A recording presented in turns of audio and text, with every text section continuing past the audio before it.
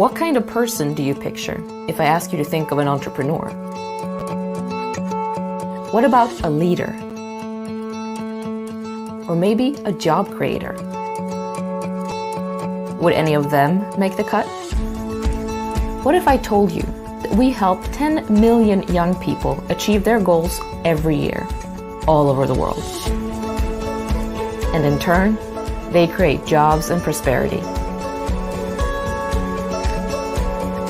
JA has been preparing young people for successful careers since 1919. You find us all across the globe, in more than 100 countries. We're getting young people ready for work. And we get results. Our students go on to excel as professionals, taking control of their lives and careers, and some even succeed beyond their wildest dreams. JA students learn to do things like balancing a budget, negotiating deals, setting goals, and working in teams. It's hands-on learning from professionals with real-life work experience. All our programs are based in 3 fundamental principles: work readiness, financial literacy, and entrepreneurship. For example, in JA Company program, young people learn how to start and run a business. In JA Job Shadow, a student joins a mentor in a professional work setting. And students in the JA More Than Money program study the ins and outs of earning, spending, and saving. And these are only 3 of the more than 50 different programs that JA offers. Our network of staff, volunteers, and partner schools reaches young people all over the world, from major cities to rural communities and everywhere in between.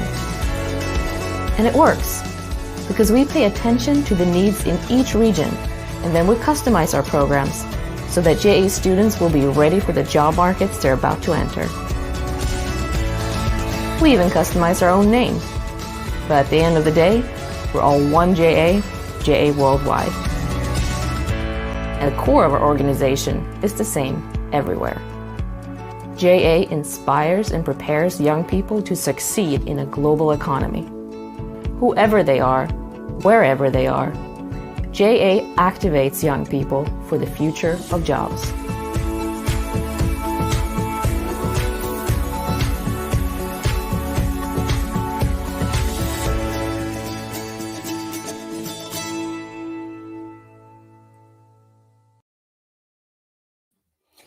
Hello, everybody. My name is Leo Martellotto, and I'm the president of JA Americas.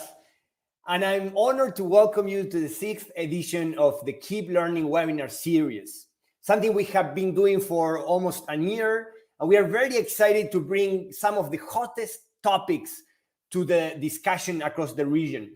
Today's theme is critical not just for today, but for the future of our region and, of course, of the world. It is about preparing the next generation of entrepreneurs.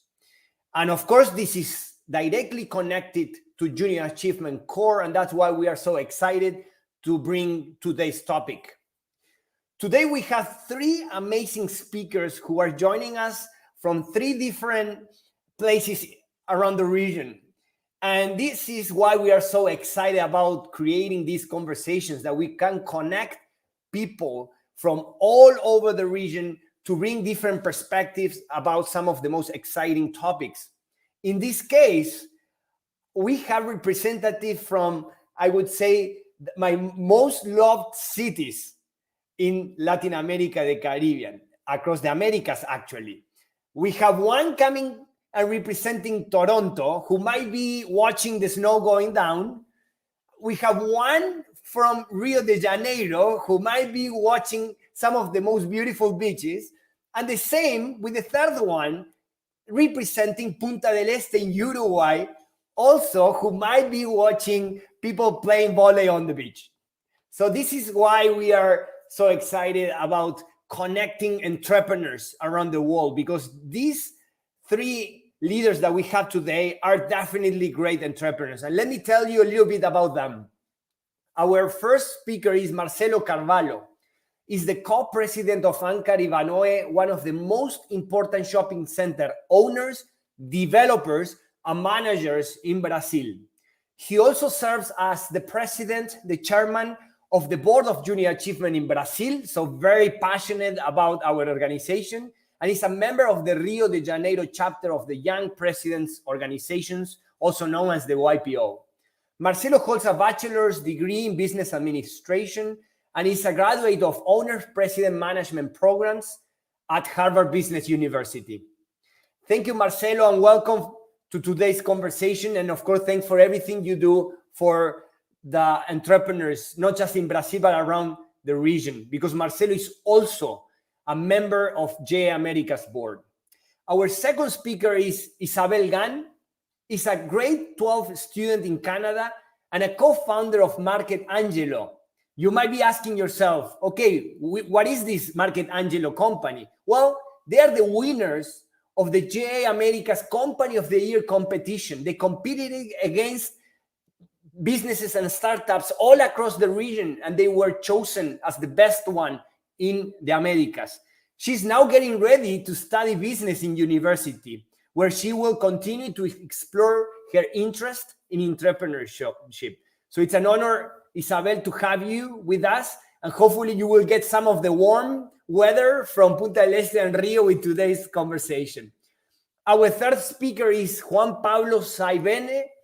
He's a telecom engineer and MBA from the Universidad ORT in Uruguay. Since 2017, he is the CEO and co-founder of Qualabs, a software development company focused on video streaming and delivery in the US. Listen, growing the company 10 times in only 4 years. That is what I call exponential growth for sure. He's currently also the president of the Association of Young Entrepreneurs of Uruguay. Juan Pablo, very exciting, is of course also a J Uruguay alumnus. So as I told you, and I hope I didn't lie, that we have these 3 amazing entrepreneurs today to have a conversation with and to make this as genuine as we can, interactive as we can. That's the goal for today. So before we start with the Q&A, I would like to set the stage, because definitely this is a topic I'm like really excited about. And I have spent my whole life trying to make from entrepreneurship a movement across the region. And why? Well, and we have some bad and good news when it comes to entrepreneurship in the region. And let me start with the low, bad news, and then let's go with the more optimistic, which are the good news. As you all know, the COVID have affected the way we live, the way we think, the way we interact, and it has affected people's life in many ways. And of course, entrepreneurship is not the exception. So this crisis has seriously affected the productive structures and the labor market in Latin America and the Caribbean. Actually, more than 2.7 million businesses have closed, and the number of employment has raised to an astonishing record of 44 million people that are unemployed these days. So definitely the COVID has put to test the entrepreneurial spirit, the resilience of our entrepreneurs across the region. Now, in a high topic now, in terms of the good news, according to the Global Entrepreneurship Monitor, the highest levels of early stage entrepreneurship are actually in our region, having more than 1 in 5 adults starting or running a new business in 2021. When it comes to women, it is getting better, but we are not there yet. But 1 in 5 women or more are starting or running a new business in Latin America and the Caribbean economies. So why to prepare young people as entrepreneurs? According to the Future Potential, youth as a group show significantly higher levels of entrepreneurial intention than adults. We know the youth can take risks, that youth can be very innovative, and they want to go the extra mile, because at certain point, they want to show to themselves the value that they can offer. So across the 5 regions, youth are 1.6 times more likely to want to start a business than adults. So there is definitely a huge opportunity there. While we can still reach young people and get them excited about becoming entrepreneurs. They already have the willingness. So if we give them the tools, we can be even better. 45% of youth prefer self-employment to employment. And that is also very exciting, because I'm sure you, Juan Pablo, will touch on this, but the fact that young people want to own their own destiny and decide what they want to do, for me, it is all about empowerment, and it's very, very exciting for sure. So Junior Achievement is reaching 12 million young people every year. And one of our 3 pillars is entrepreneurship. Then we have work readiness and financial literacy. But entrepreneurship is about creating the mindset in our young people so they have the self-efficacy. They understand that they can make things happen. And when you connect that willingness with the tools, and they can go from ideas to plans and from plans to results, then we have entrepreneurs starting businesses all across the region.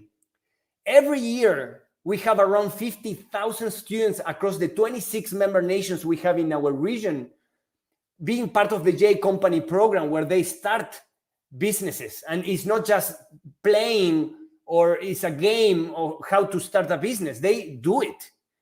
And today, actually, Isabelle is one example, and you will hear from her how they can show to themselves first and to the community that when young people are equipped with the right tools, they can do whatever they want. And I think that is the promising aspect of entrepreneurship for the region. So before we start with the Q&A, also to let you know that you have a QR code that you can make donations to Junior Achievement, so we make sure that we can continue to expand JA mission across the region. So, Marcelo, Juan Pablo, and Isabelle, are you ready? Good. Yes. All right. Yes, all we right. are. So let's first go with Marcelo from Rio de Janeiro, and I would love we would have a machine that could take me there and be there with you, at least close to the beach, because I know that even if you have the beach there, you are in an office and working most of the time. But just having it close is exciting. So, Marcelo, what are the key aspects to become an entrepreneur from your personal experience? And let's start with that. Thank you. Leo, thank you for the invitation. First of all, it's a great honor. It's a pleasure to be here talking with other colleagues about entrepreneurship. I could say that you covered many aspects of things that I agree about entrepreneurship and how to become an entrepreneur. I think that we live in a world of disparities. Let me put it this way, because in one side you have disposable capital for new ideas, for disruptive initiatives, for innovation, and you have in the other side you have the unemployment, you have lack of opportunities for many students. So I think that JA has a great role on try to bridge those gaps of giving opportunities for many people that would not have access to these opportunities. I've been thinking about soft skills. I think that more and more soft skills are important, an important component of entrepreneurship, because the change, the fast change of things around the world, and even more difficult with the pandemic, how things are changing fast, let you need to learn every day, learn new things, and forget about the things that you thought were important and become obsolete fast, because things are moving very fast. And so I think that this is one thing that I understand, that soft skills will help you have an attitude of facing the opportunities, even the failure, how to learn with failure. Failure could be an important component of learning. I think you have to do what you really like. I mean, I think that one thing that in order to be successful, you have to be proud, and you only are proud of the things that you like. So if you do not think, if you do not do something that you really like, you will not have the strength and the motivation to work hard, because entrepreneurs work hard. It's very difficult to find someone out of the curve that says that do not work hard and be successful. What else? How to run risks? No. Share. I like a lot in my mindset. Share risk with partners. I think that having partners is something really important. Someone that have a different point of view, have a different expertise, a different competence, and you put together good people working on the same direction with the same mission, makes a lot of difference. Um, and at the end of the day, nobody does things alone by themselves, and so you can.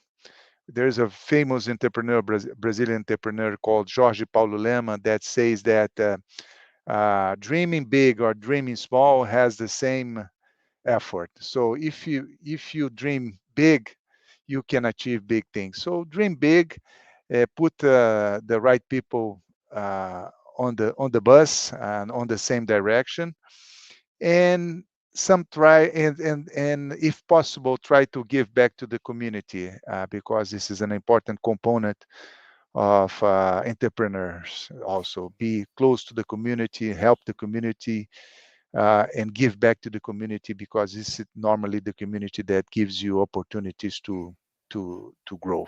And Marcelo, actually, that's exactly what I have seen in every single entrepreneur, is that it is not about them only, it is about them and the impact that they will have around them, the community, their employees, their vendors, their clients.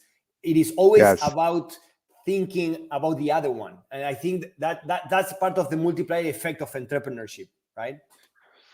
I totally agree. And this is good for the community, and it's good for your business. I think the capacity to hear well, try to connect with the customers, with the customer, how to react with a customer complaint, or this makes the difference, because we are here at the end of the day to solve problems, help the customers, help solve problems of our customers. This is Yes, makes how to bring value. And I think the question was about key aspects, and I think you nail it, because you touch on soft skills, learning agility, how to deal with failure, what makes us proud, which will always be something we like to do.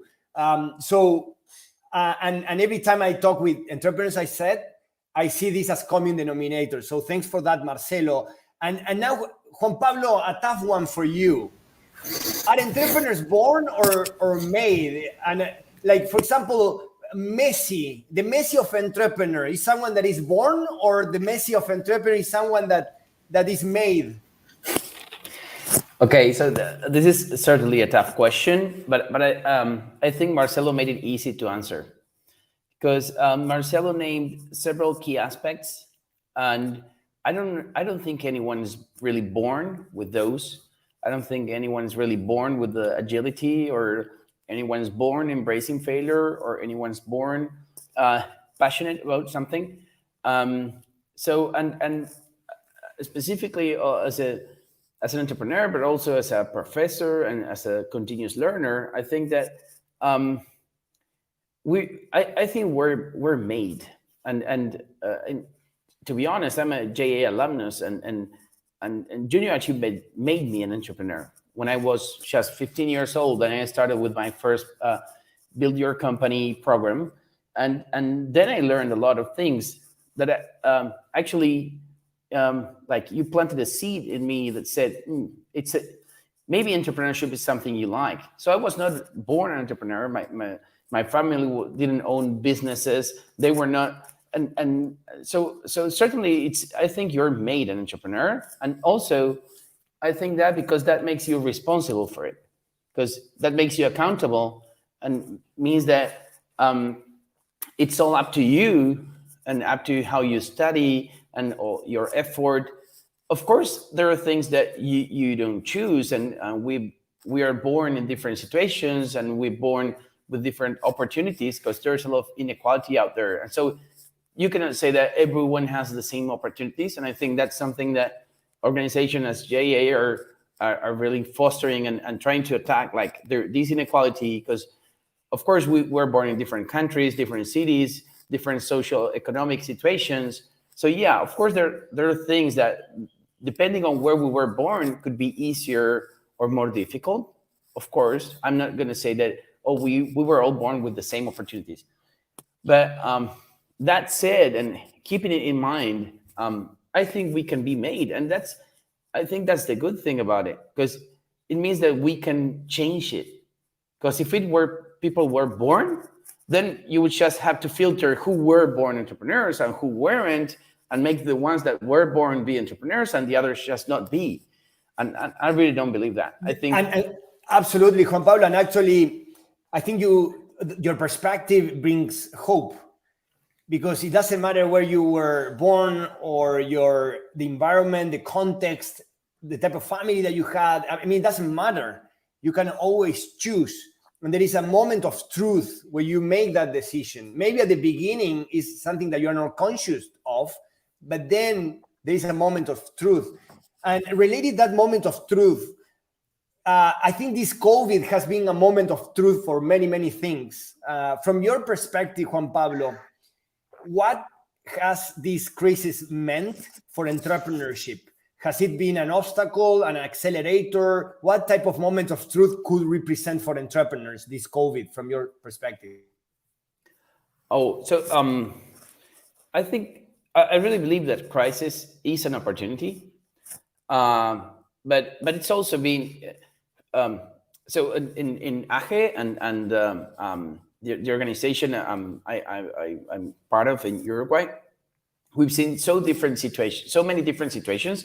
So we've seen entrepreneurs that found this as an obstacle, because they had small companies that were that couldn't digitalize that fast. So for them, in the short term, it was an obstacle. And we've seen other scale super fast because they were able to adapt, they were agile, and they were able to start serving many more customers and onboarding new people in such an agile and accelerated way. So in general, I think it is opportunity, but of course, we need to be prepared to make that crisis an opportunity and not that crisis an obstacle. So I think it helps us keep in mind that things can happen, things that we cannot plan ahead, like a pandemic. I don't think any of us thought it was going to happen, but so I think it is great to have it in mind and try to be ready and be always learning and always trying to get prepared for the next challenge, because we don't know what that challenge could look like. Exactly right. I mean, this learning agility is being put to test in this crazy environment. For you, Marcelo, from your perspective and leading an industry that is definitely going through changes and evolution, what was your experience with the COVID and the entrepreneurial test that we have gone through, that we are going through, I would say? Very challenging, because we making a metaphor. We were a giant, okay, and there were little boys that were playing around us, which was the e-commerce, okay, and the shopping malls are really the giants. And then they put us some chains in the hands, in the foot, and because we could not open the shopping malls, and then the e-commerce. So it was very, very complicated, very challenging. We had to adapt our business to serve our customers at homes on delivering and things like that. But in the other side was very helpful because it showed us how the customers are connected on the day by day with the cell phones. So we speed up uh, app programs in our malls and try to bring the knowledge of the customers, the experience of a shopping mall, and putting together things with data and trying to serve our customers better, providing experience, providing things, providing products experience better because we have data about those customers. So this process speed up the digitalization of the business, and the experience in the mall is not anymore one single shot. It's a journey that could start at home, going to the mall, and terminates at home again, or starts in the mall and terminates in the home. So it's a journey. If you understand that you are part of a journey and how to enhance the experience of the customer in the mall, we understand that in our country we still have lots of opportunities, and also with other other types of revenues, because with data that we collect, just to give an idea, Brazil is a big country. We in our 25 malls together, we receive more than 20 million Brazilians per month in our malls. So collecting data, having information about those customers, and how to provide this information to other opportunity business. It's a Yeah, new and way of seeing the business. I think you are both being very clear that the crisis meant those handcuffs, right? Like chains for entrepreneurs that couldn't move anymore with the COVID. But then it was just a matter of how fast they could adapt and even redefine the journey, redefine the business model, which is not easy, but it was accelerated. And hopefully, when we can get over the crisis, we will get on the other side even stronger. Like, as you said, even knowing our clients much better and being able to provide better experiences. So that's very exciting. And actually, now I would like to ask you, Isabelle, as a student that is going through a moment of truth in many, many ways, making some of the most important decisions you will ever make, how the COVID affected you as an entrepreneur. Was it an obstacle, an accelerator? Did it bring clarity, or all the other way around? How was it for you, Isabelle? Of course. So before I begin, thank you everyone for inviting me here today. It's very exciting to speak about and hear from leaders in entrepreneurship. So getting into Leo's question, I would say that it has both been an obstacle and an accelerator.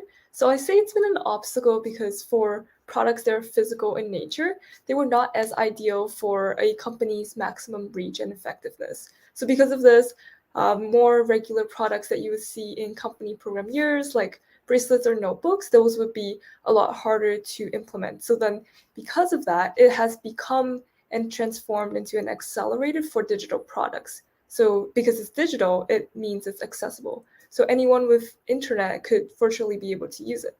So this year, even though my company program operated entirely virtually, we were able to launch 2 digital initiatives, and that ended up attracting over 300 users and 140 live participants from countries like not just Canada, but also USA and Spain.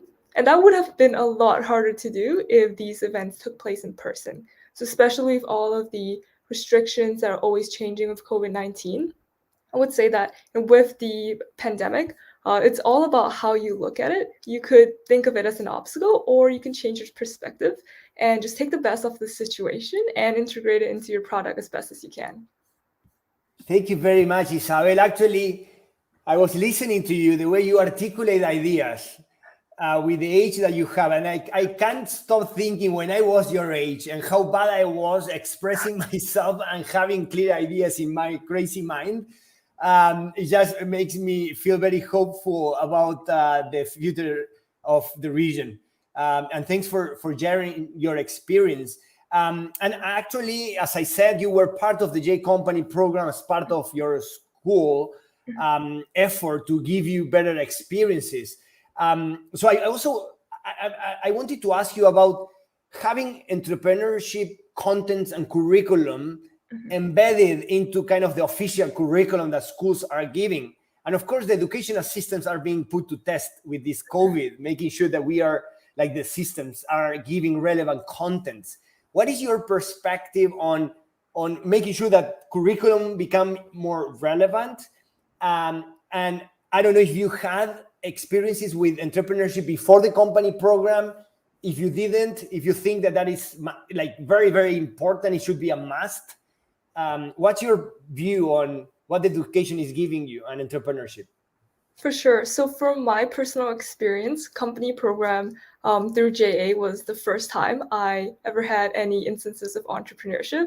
So definitely it was kind of a big like moment for me, as it really allowed me to explore this entire like business world. It wasn't just entrepreneurship, but when you create a company, there's so many more areas that you go into, whether that's like marketing or finance or just production. There's a lot that you learn, and I think JA was really the first step for me to discover all of it. So in the context of putting entrepreneurship into school education systems around the world, I definitely am a bit in huge favor of this. I think entrepreneurship education really supports creativity, innovation, and collaboration. And these are actually the skills that are highly valued by top universities and even businesses in the world. And I'm sure that they will be used by youth well beyond the middle school and high school years. I think, speaking for myself, I'm approaching the end of my high school career, and I'm really, really close to going to university. And I'll say for sure that through JA, I've really been able to hone a lot of these skills that I really use every single day. And aside from that, I also think that entrepreneurship education really teaches students to identify and recognize problems, and in doing so also helps us become more resilient. Because after all, if you think about it, there's no really a better predictor of a student's future success than resilience, or some know it as grit.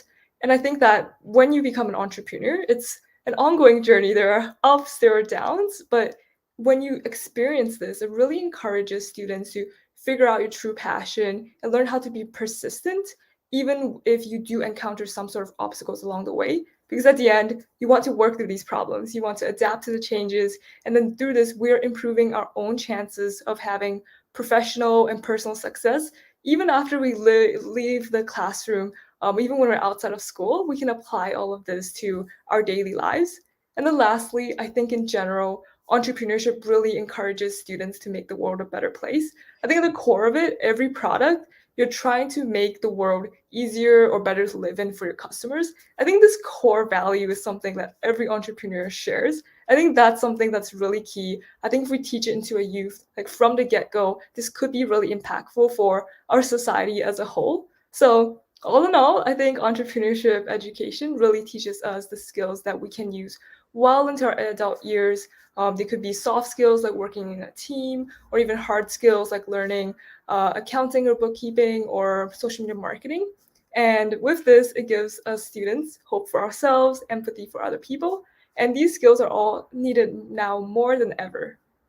Well, and that's the exciting part also of entrepreneurship. It has a multiplier effect, because it doesn't matter what you do in life. Mm-hmm. I mean, if it is raising your kids, if it is becoming a doctor, if it is becoming even the president of the country, you will definitely need this entrepreneurial spirit to identify problems, come up with solutions, and being resilient down the path.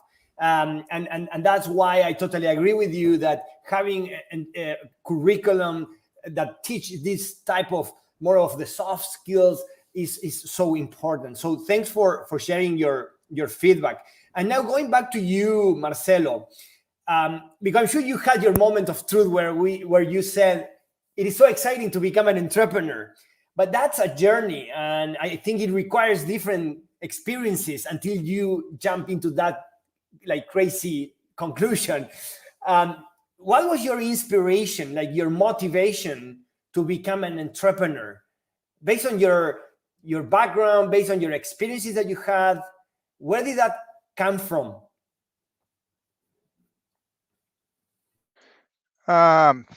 Good question, Leo. I think it's um, I wouldn't say that it's one single shot. I think it's a journey. I mean, I was born in a family of entrepreneurs. First of all, my father, my grandfather were entrepreneurs, and they inspire us.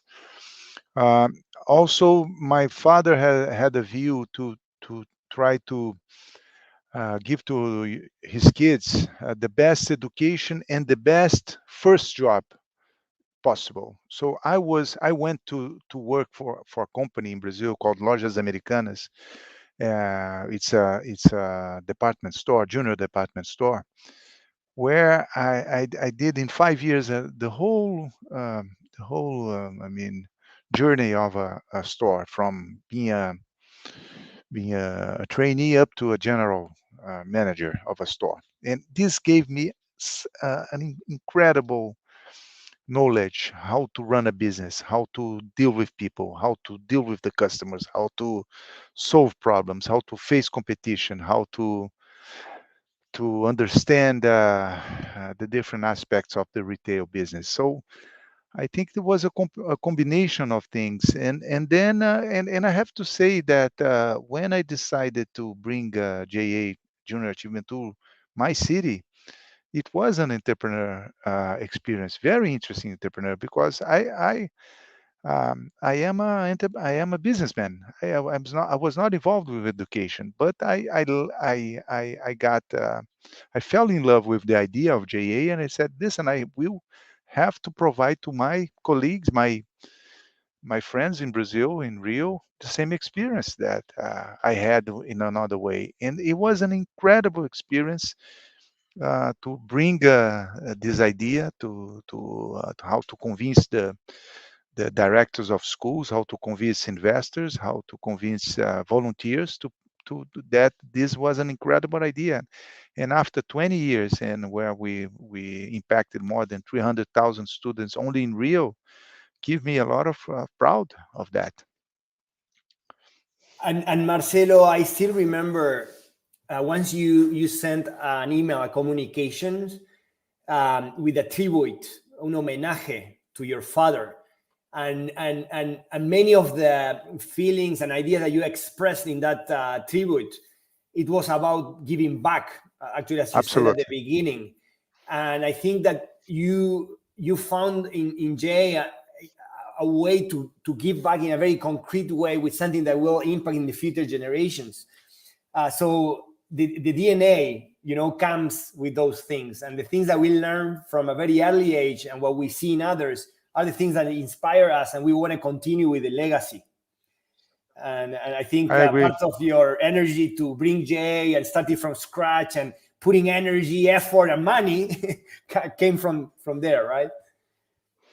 Yes, and one thing that I learned, my father passed away last November. So my father was a great entrepreneur, was a very successful entrepreneur. And at the end of the day, the honor that he had was, most of all, was because the generosity and the way he saw the society, how to impact the society, the give back concept that he applied his whole life. He always said to me, Marcelo, I was very privileged to have the things that I had. So we have to collaborate. We have to help other people have the same opportunities that we had. And this was the most important thing that of his legacy.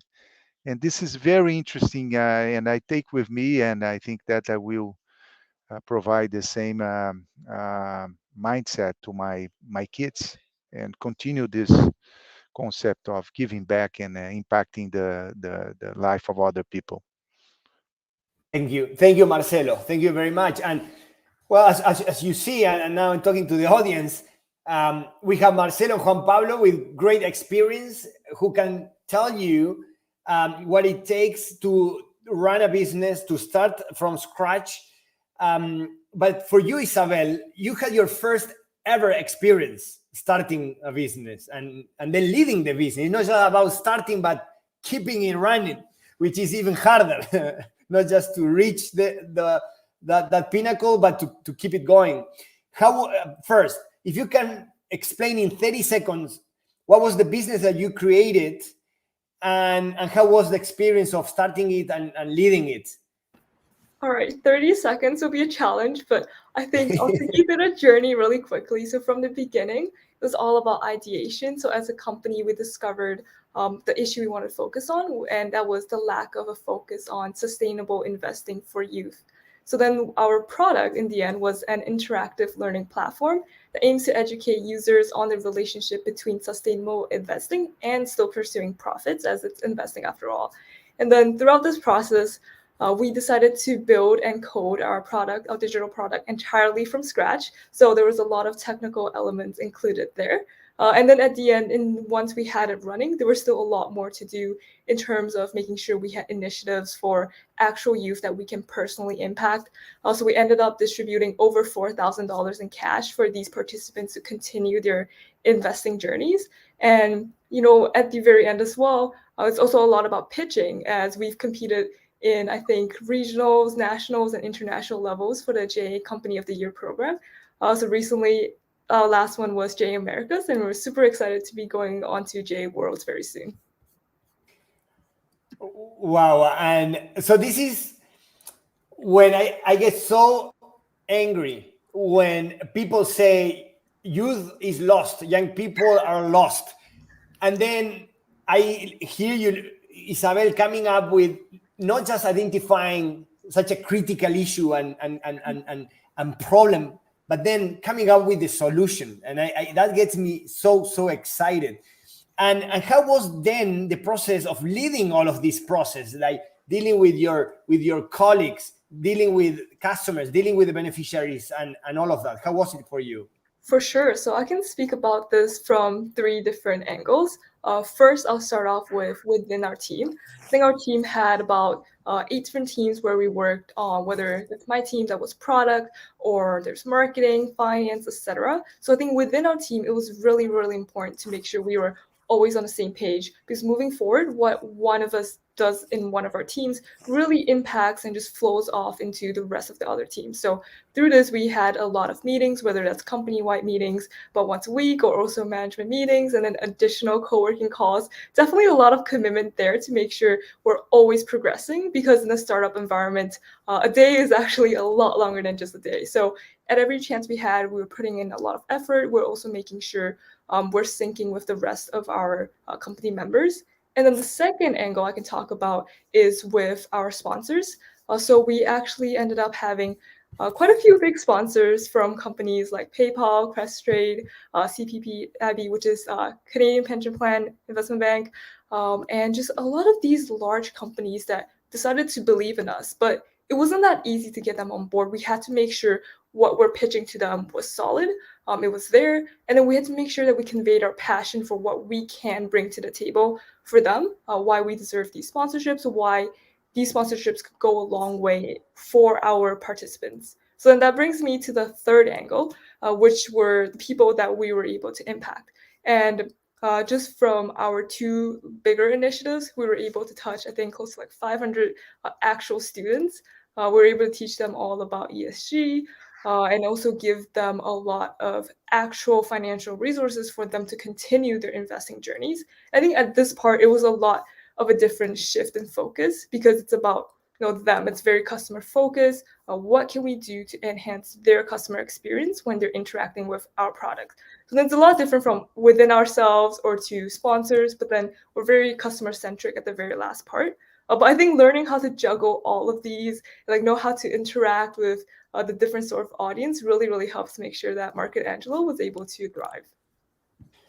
Thank you very much. So I'm sure the audience don't have any doubt about why your team and you won the competition last year. So thanks for sharing that. Juan Pablo, now going to you. I hear Isabelle, and she's already motivated, and I'm sure, she's an entrepreneur already. She has shown herself first. Now, what about motivating all of the young people out there to become the next generation of entrepreneurs? And I know you are active, for example, in the Association of Young Entrepreneurs of Uruguay, and you are in this moment of life where you have become an entrepreneur yourself and you are really thinking about how having an influence in the community when it comes to entrepreneurship. So from your perspective, how do we make that happen for the next generation? Okay, so thanks and congratulations again, Isabelle. Really, really impressive what you've done and encouraging.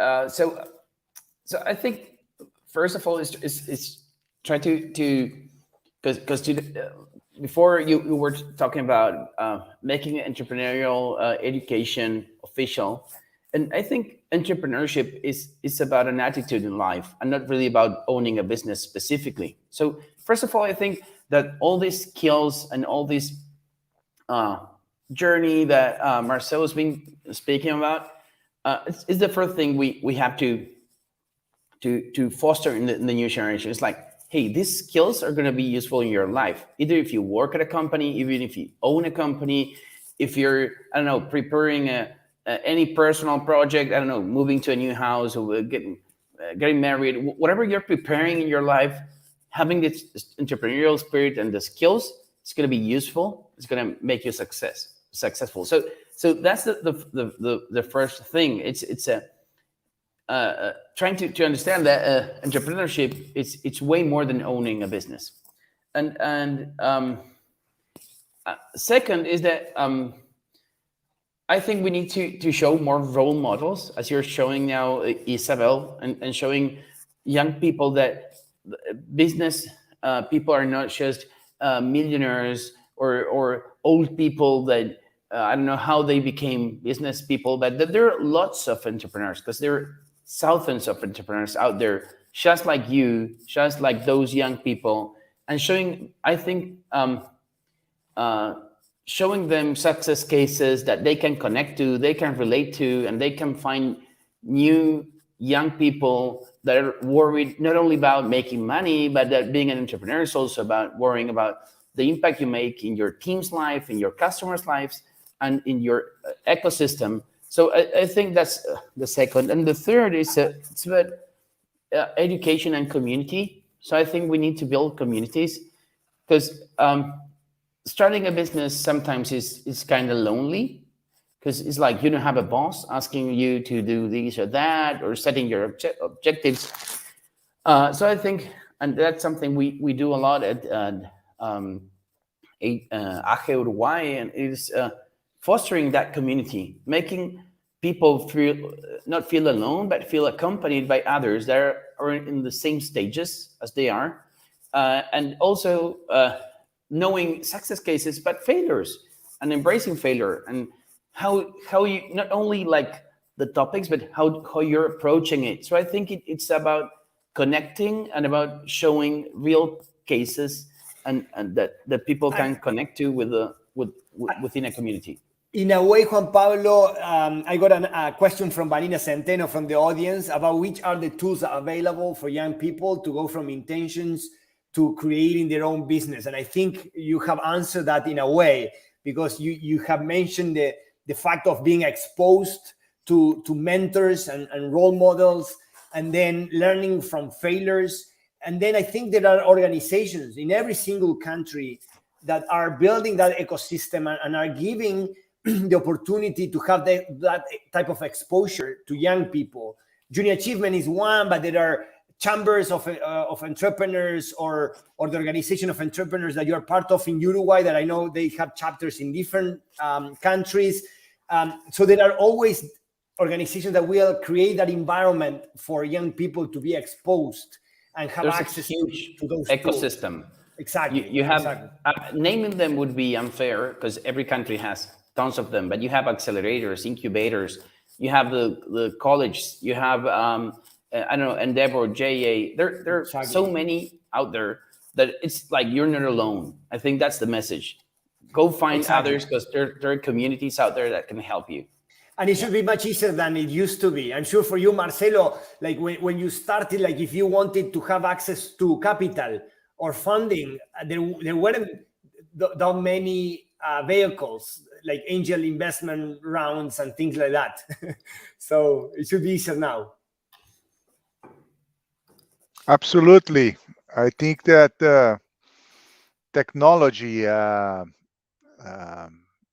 importance of technology and the impact of technology changed completely the financing system of, especially for startups and new ventures. I think it's much more.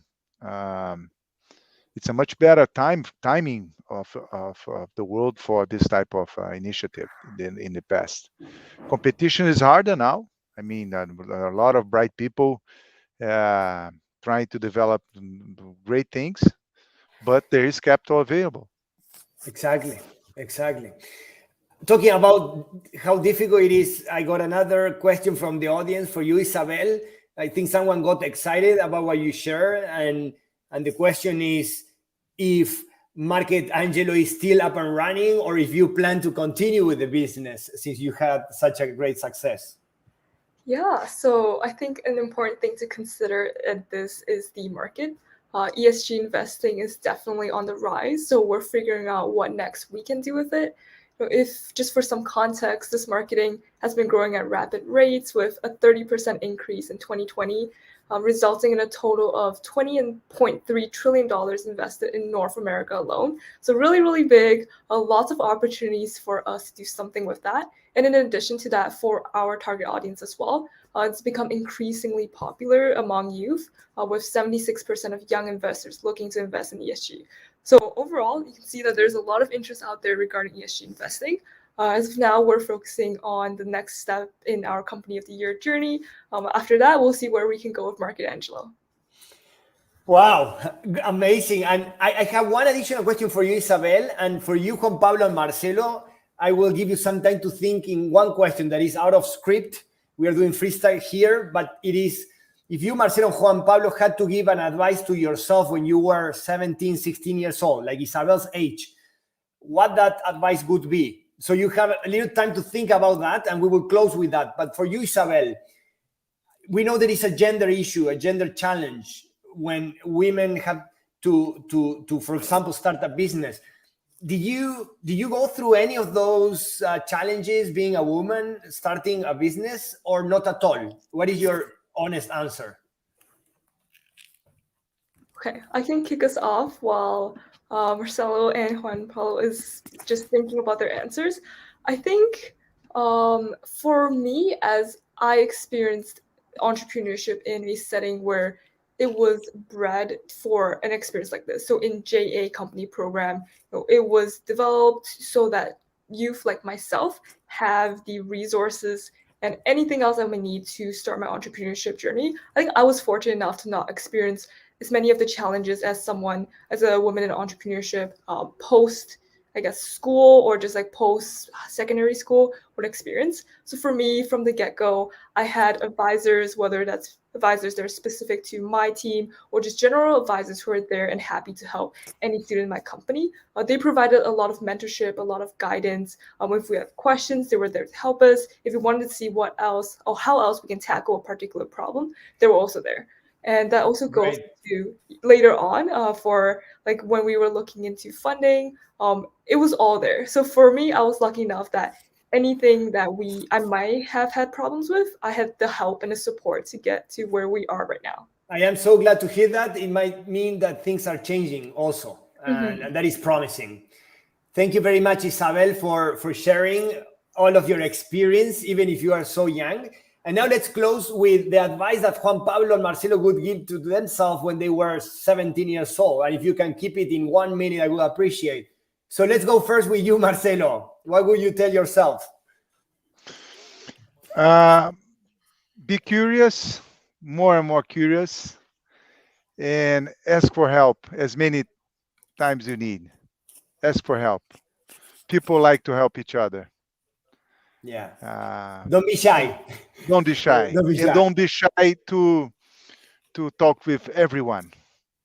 Everyone. Pick up the phone, call, ask for help, and be curious to know how other people think, how other people react, how other people behave. And no doubt that it is easier now to be curious with access to information. So that can have a great impact. Curiosity with access to information as today. Thanks, Marcelo. Thank you very much again for being part of today's conversation. Juan Pablo, from your side, what's the advice? Maybe the first would be to tell my parents to invest in Bitcoin, but I think it's adding to Marcelo. It's ask more questions, and also explore opportunities and use all the opportunities you have. Like explore them. Don't shut doors. Leave all the doors open. Start building that network. Ask everyone questions. It's the best way to learn. Thank you very much. And I think as we close today's conversation, because we are running out of time, I can say that definitely entrepreneurship is an endless journey of exploration. And that connects to everything I have heard from you today. And I really appreciate that you have opened yourself to make this a genuine conversation, an interactive one.